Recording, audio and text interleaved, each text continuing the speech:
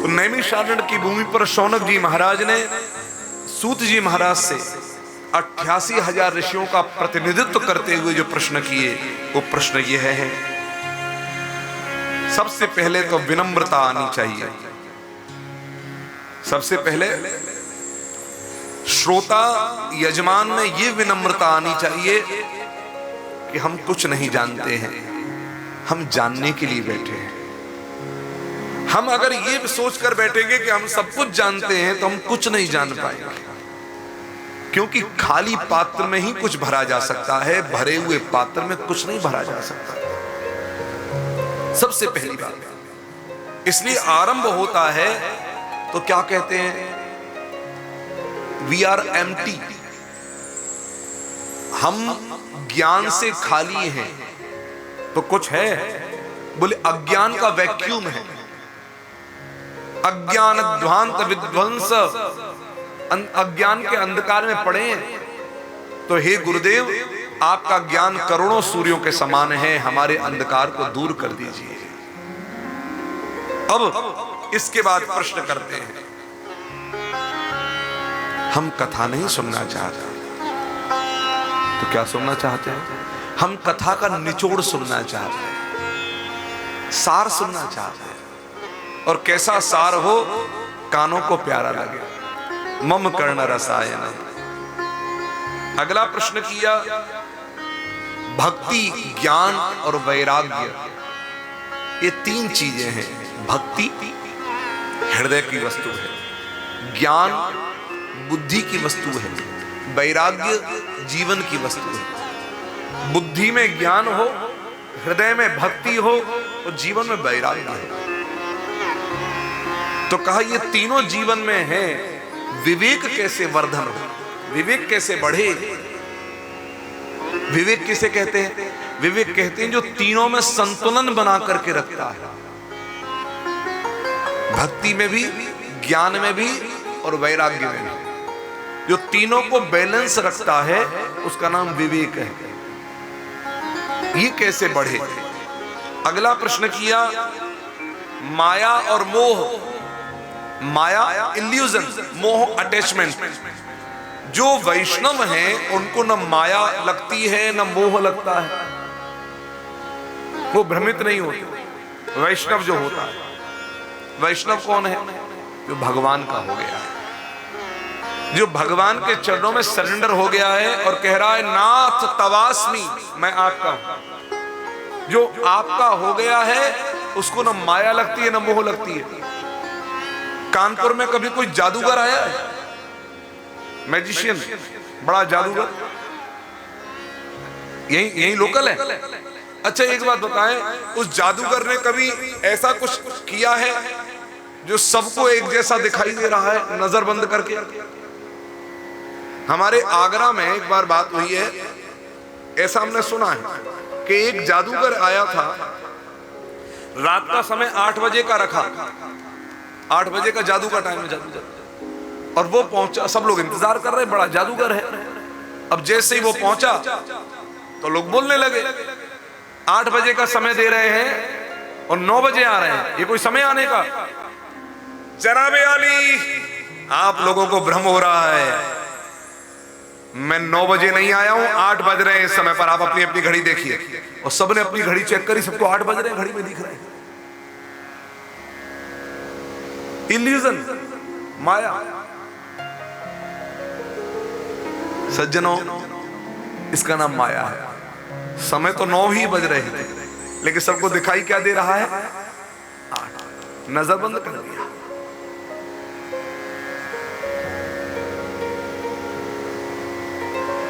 जादूगर सबकी नजरों को बंद कर देता है, सबका नजर बंद कर देता है, लेकिन एक शख्स ऐसा होता है जो जादूगर की इस माया को जानता है। जानते हो कौन है? अरे वो शख्स थोड़ी है, वो भगवान है। हम इंसानों के बीच में, हाँ, अरे नहीं, वो तो जानता है, उसका असिस्टेंट जमूरा। हाँ, अभी हम ले पर्सन की बात कर रहे हैं, आप सीधे भगवान तक पहुंच गई। बताओ, भगवान तक हम पहुंचाएंगे, आप मत पहुंचाइए। तो जमूरा वो सब जानता है ये माया है। जानते हो क्यों? अगर आप, क्योंकि जमूरा उसका जमूरा है, उसका असिस्टेंट है। वो कहता है I am your my Lord magician, I am yours. ऐसे ही वो तो एक जादूगर है। जब उसका जमूरा ये कहता है आई एम योर्स, तो वो उसके मैजिक में नहीं फंसता। तो इस संसार का सबसे बड़ा जादूगर है वो मायापति भगवान। और जब कोई उसका जमूरा बन के कहता है आई एम ऑल योर्स, मैं आपका हूं नाथ तवास्मी, तो विचार करिए जब उस जमूरा बन करके साधारण जादूगर का उस जादूगरी से वो जमूरा बच जाता है, तो हम भी भगवान के जमूरा बन जाएं तो भगवान की माया से भी बचने का काम हो जाएगा। ये वैष्णव है जिसको न माया लगती है न मोह लगता है। मोह माने अटैचमेंट, वो सब जानता है वो हमारे जीवन में कैसे घटित हो। आज देखने में मानव मानव है, लेकिन दानव बन चुका है। न मां को मानता है, न पिता को मानता है, न दादा को मानता है, न दादी को मानता है, न ब्राह्मण को मानता है, न संतों को मानता है। कैसे हो?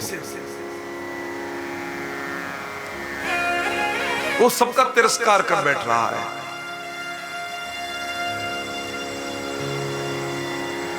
जिनको पूजना चाहिए वो उनका तिरस्कार करके उनसे सेवा का काम करा रहा है। कैसे उसको दोबारा मानव बनाया जाए, ये हम जानना चाहते हैं। हे गुरुदेव, हम पर कृपा कर। तब सूत जी महाराज ने प्रसन्न होकर के इन प्रश्नों से कहा,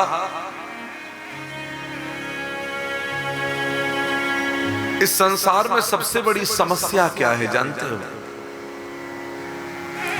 सबसे बड़ी समस्या है आज इंसान का मन गंदा है। मन गंदा है। और एक बात याद रखना, जब मन गंदा रहेगा तो भगवान तो बहुत दूर की बात है, एक नेक इंसान भी आपके पास बैठना पसंद नहीं करेगा। अगर मन गंदा है, किसी का डर्टी मन है, तो कोई अच्छा इंसान उसके पास बैठेगा? क्या कहेगा? नहीं बैठना उसके पास, क्योंकि उसका मन बड़ा गंदा है। जब देखो, जब छल कपट, इसकी टोपी उसके साथ, यही काम करता रहता है।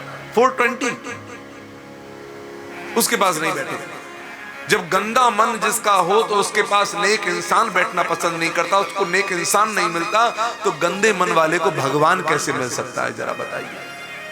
और सबसे बड़ी समस्या है मन। तो मन गंदा होगा तो भगवान नहीं मिलेगा। मन निर्मल हो तो भगवान मिलेगा। इसी बात को रामचरितमानस में कहा, निर्मल मन जन सो मोहि पावा, मोहि कपट छल छिद्र न भावा। ये भगवान का कहा हुआ शब्द है। मुझे निर्मल मन वाला मनुष्य पसंद है, छल कपट छिद्र मुझे पसंद नहीं। मन निर्मल कैसे हो? तो समस्या है मन गंदा है। अब मन निर्मल कैसे हो, मन साफ कैसे हो? तो कहा, श्रीमद् भागवत महापुराण के अलावा दूसरा कोई साधन नहीं है जो मन को साफ कर सके। एतस्मात् अपरम किंचिन मनः शुद्धि न विद्यते। मन को शुद्ध करने के लिए भागवत से बड़ा कोई साधन नहीं है।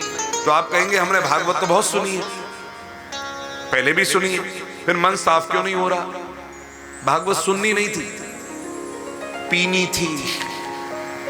सुनने और पीने में अंतर है। आपने सुनी तो फॉर्मेलिटी के लिए सुनी, आपने सुनी तो औपचारिकता के लिए सुनी।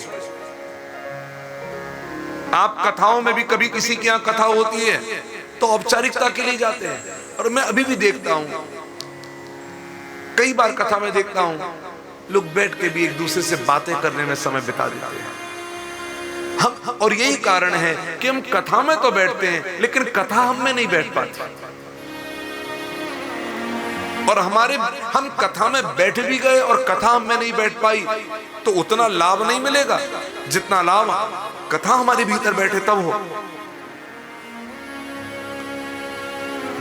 कई लोग कथा में आते हैं और जब समय होता है, माना 4 घंटे की कथा में तो 40 बार घड़ी देख लेते कि समय पूरा हो रहा है कि नहीं हो रहा। क्यों? हमारा शरीर तन तो यहां है लेकिन मन हमारा इधर उधर घूम रहा है। इसलिए कथा श्रवण करने वाले श्रोताओं को सदा वक्ता एक बात कहते हैं, बोले क्या? सावधानतया शृणु, सावधान होकर के कथा सुनना, मन को एकाग्र करके कथा सुनना, और ऐसी कथा सुनना कि कथा सुनना सुनना ना रह जाए, कथा पीना बन जाए। इसी बात को भागवत में आरंभ में कहा, पिबत भागवतम पिबत भागवतम रसमालयम। इस भागवत को पियो, ये रस का आलय है। कब तक पिए? मुहुरहो रसिका भुवि भाव का। बार बार पियो, बार बार पियो। अरे एक छोरी को छोरा पसंद आ जाए, एक छोरा को छोरी पसंद आ जाए तो गाना गाने लग जाते हैं। बोले क्या? एक बार देखो, 1000 बार देखो, देखने की चीज है, देखो देखो देखो। तो कभी ये नहीं आता कि कथा पीने की चीज है, इसको पियो पियो पियो, और ऐसा पियो कि इस पियो के अनुसार जीवन को जियो। और आज जमाना किसका है? जियो का। चाहे मोबाइल में सिम कार्ड जियो हो, चाहे जीवन में भागवत का रस पियो एंड देन जियो। फिर आप देखो ना जीवन कैसा बन जाता है। इसके बिना रह नहीं पाओगे। पियो तो मन शुद्ध हो, मन निर्मल हो। इतनी बार कथा को सुनो सुनो सुनो कि फिर जीवन में सुने बिना रह ना पाओ। जैसे किसी ड्रग्स लेने वाले किसी बिगिनर्स के लिए धीरे धीरे ड्रग्स एडिक्शन बन जाता है, उसके बिना वो रह नहीं पाता है।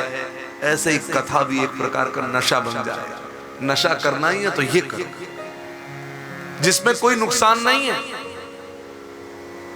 लाभ है, जीवन का परम लाभ है।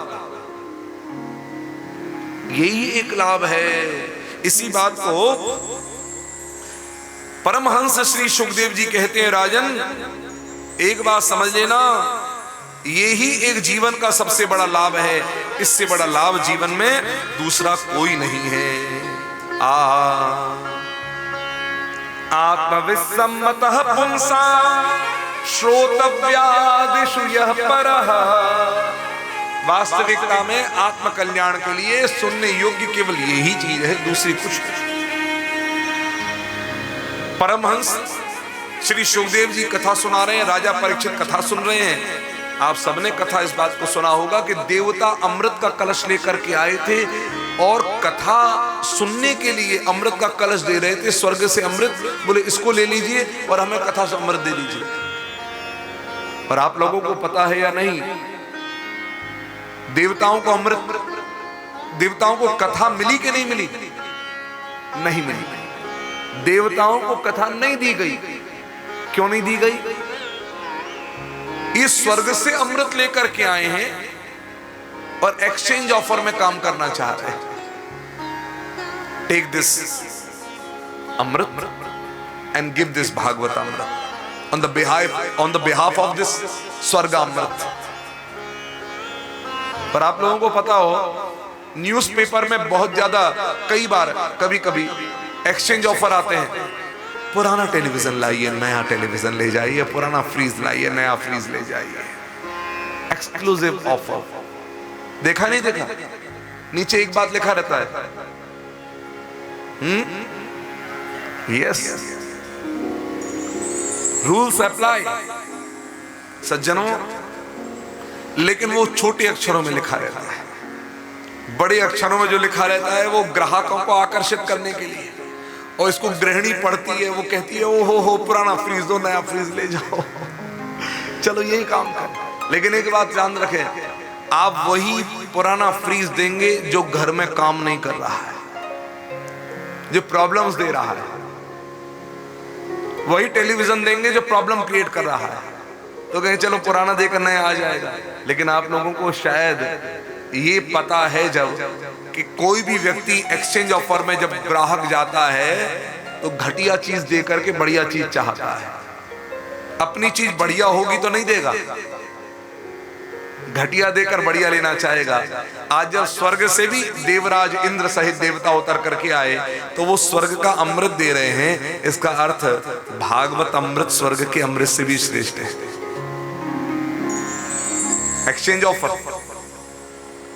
तो श्री सुखदेव जी ने कहा, देवराज हमने यहां न्यूज़पेपर में कोई एक्सचेंज ऑफर की स्कीम तो चलाई नहीं थी, और तुम अपने अभिमान में आए हो कि हम स्वर्ग का अमृत दे रहे हैं, हमें भागवत अमृत दे दो, तो तुम वास्तविकता में इस अमृत के योग्य नहीं हो। चलो जाओ। अभक्तांस तांस विज्ञाय न ददौ स कथामृतम। अभक्त जान करके उनको ये भागवत अमृत नहीं दिया। इसका अर्थ यह है, ये कथा का अमृत मैं और मेरे के बल पर नहीं मिल सकता, ये मेरे धन के बल पर, मेरी संपत्ति के बल पर नहीं मिल सकता, ये केवल भगवत कृपा के बल पर मिलता है। ये स्पष्ट है। राजा परीक्षित कथा सुनकर के मुक्त होते हैं, विमान में बैठकर जाते हैं। ब्रह्मा को आश्चर्य होता है, 7 दिन में ऐसी मुक्ति, क्या चक्कर है, क्या बात है। तब जाकर के ब्रह्मा तराजू में तोलते हैं, आखिर भागवत में ऐसा क्या है। तो एक पलड़े में 4 वेद, पुराण, उपपुराण, औपपुराण सब रखते हैं, और दूसरे पलड़े में जो भागवत को रखते हैं वो पलड़ा नीचे हो जाता है और ये पलड़ा ऊपर उठ जाता है। जिस पलड़े में भागवत रखी वजनी हो गया, और इतने सारे ग्रंथ रखे वो सब हल्के हो गए। ब्रह्मा को बड़ा आश्चर्य हुआ, क्या हो गया, कैसे हो गया। तो आकाशवाणी होती है, ब्रह्मा जिस पलड़े में स्वयं भगवान श्री कृष्ण विराजमान हो जाएं, उस पलड़े का भार संसार में कौन पार पा सकता है। जरा ये भी तो विचार करो। ये भागवत कोई पुस्तक ग्रंथ नहीं है केवल। मेनिरे भगवद रूपम शास्त्रम भागवतम कलौ। ये भागवत भगवान का साक्षात शरीर है। नारायण, ये साक्षात भगवान का शरीर है, याद रखिए। भागवत और भगवान में कोई अंतर नहीं है। प्रत्यक्ष कृष्ण एव ही, ये साक्षात प्रत्यक्ष कृष्ण है। देवर्षि नारद ने जब पृथ्वी पर यह विचार करके भ्रमण किया कि मैं सुंदर सुंदर तीर्थों का दर्शन करके वहां पर सब लोगों को सदाचार से संपन्न देखूंगा, और जब ठीक इसके विपरीत देखा तो देवर्षि नारद का हृदय बड़ा दुखी हुआ। जब श्रीधाम वृंदावन में पहुंचे तो एक देवी जो युवती रूप में बैठी है, युवती है, और 2 वृद्ध गोद में हैं, और कई स्त्रियां सेवा कर रही है। युवती कोई और नहीं, नारद जी को रोक करके अपने दुख को रोती हुई ये भक्ति महारानी है। इसकी गोद में वृद्ध पड़े हुए, ये ज्ञान और वैराग्य इसके पुत्र हैं। गंगा यमुना आदि नदियां इसकी सेवा कर रही हैं। भक्ति ने अपना परिचय देते हुए कहा, मैं द्रविड़ देश में पैदा हुई, दक्षिण में। मैं कर्नाटक में पली बढ़ी, महाराष्ट्र में भी कई जगह रही, लेकिन गुजरात में गई तो बूढ़ी हो गई। मेरे बच्चे भी गुजरात में बूढ़े हो गए। अब इसको आज के समय समझें। ये 4 जगह का नाम लिया है। उत्पन्ना द्रविड़े साहम वृद्धिम कर्नाटके गता क्वचित क्वचिन महाराष्ट्रे गुर्जरे जीर्णताम गता। इस श्लोक में परम पूज्य संत प्रवर श्री डोंगरे जी महाराज बड़ा सुंदर अर्थ बताते हैं। भक्ति कह रही है मैं द्रविड़ देश में पैदा हुई, दक्षिण में।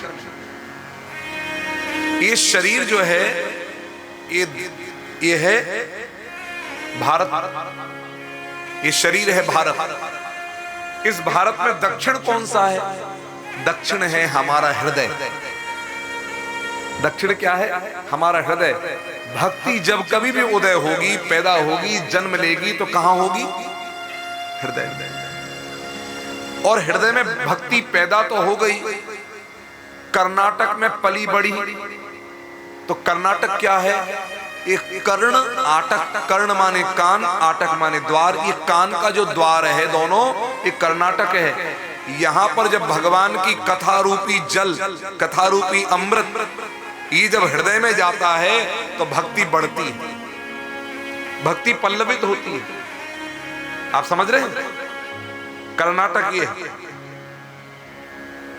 महाराष्ट्र ये शरीर, महान राष्ट्र।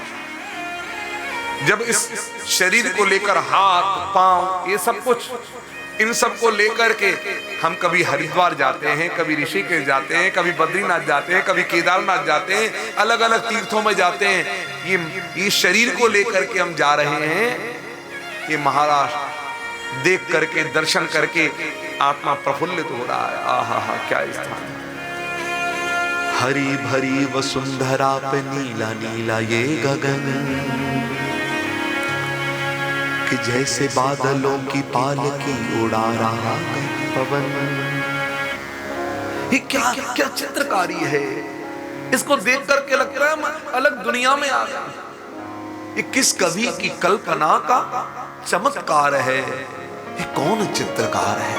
ये कौन चित्रकार है? एक अलग दुनिया है।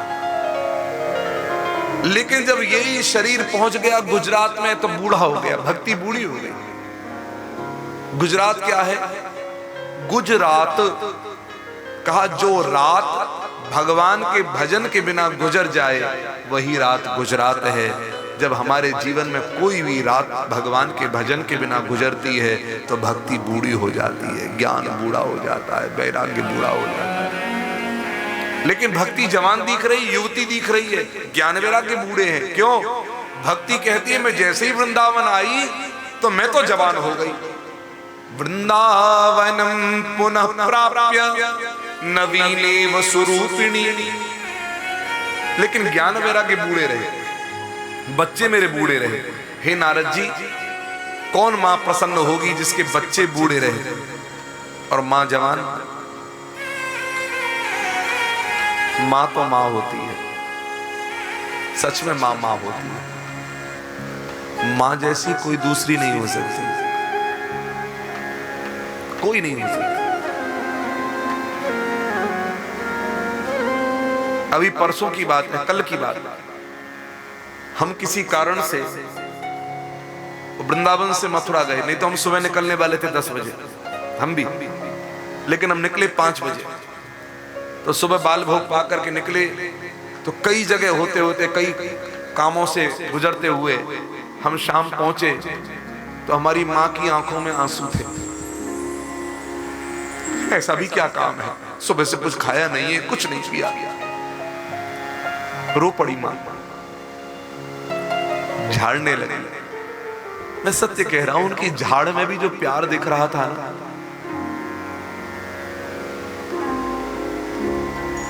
मां मां होती है, बस इतना कहूंगा।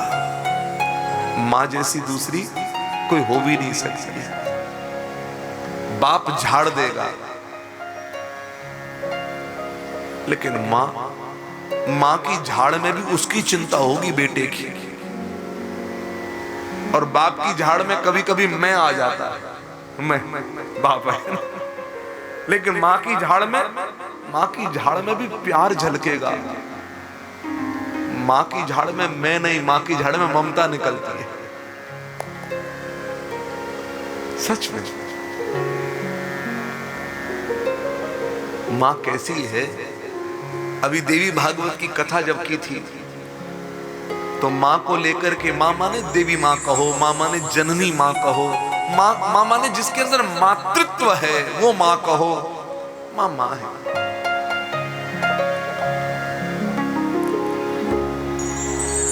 मां कुसुम सी कोमलता तुझ में, मां हिरणी जैसा भोलापन, कोटि चंद्र सम शीतलता,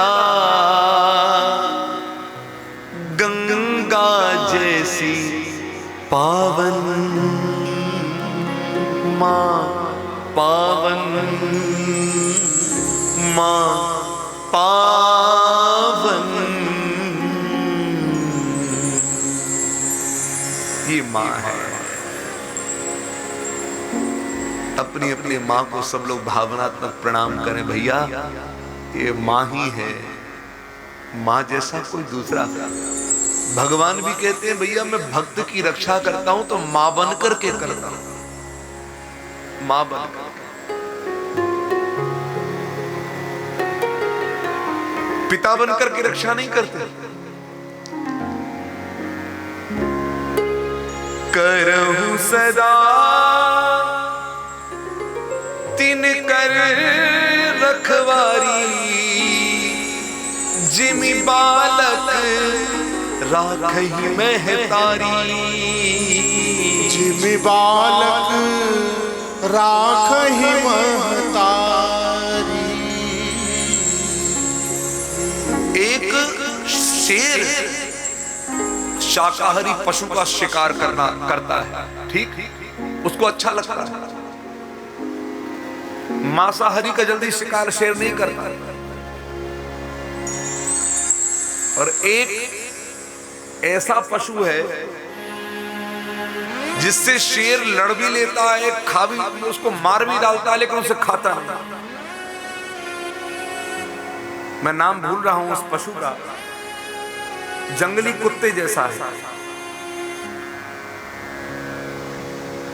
अब हमको आएगा तो बताएंगे। हमने कल इस बात पर कुछ चिंतन किया और देखा वो शेर उससे लड़ भी लेता है, उसे मार भी देता है, लेकिन खाता नहीं। और वो भी शाकाहारी है, और शेर भी शाकाहारी है। और क्यों नहीं खाता है जानते हो? क्योंकि उससे कई बीमारियां ऐसी हो जाती हैं कि शेर धीरे धीरे रोगग्रस्त होने लग जाता है। नाम मिल गया? हाइना, एकदम ठीक, हाइना। शेर हाइना को लड़कर के मार देता है, लेकिन खाता नहीं। उसको भी, शेर को भी अपने महाराज खाने का न कारण एक तो यही है बीमारी वाला, और दूसरा कारण ये भी है कि वो शेर भी अपनी टेरिटरी को बचाना चाहता है, क्योंकि हाइना भी शेर के बच्चों का शिकार कर लेता है। तो कहता भैया अगर मैं इधर करूंगा तो ये इधर करेगा। और शेर में वो शक्ति है जो हाइना के झुंड को भी तितर बितर कर सकता है। नारायण,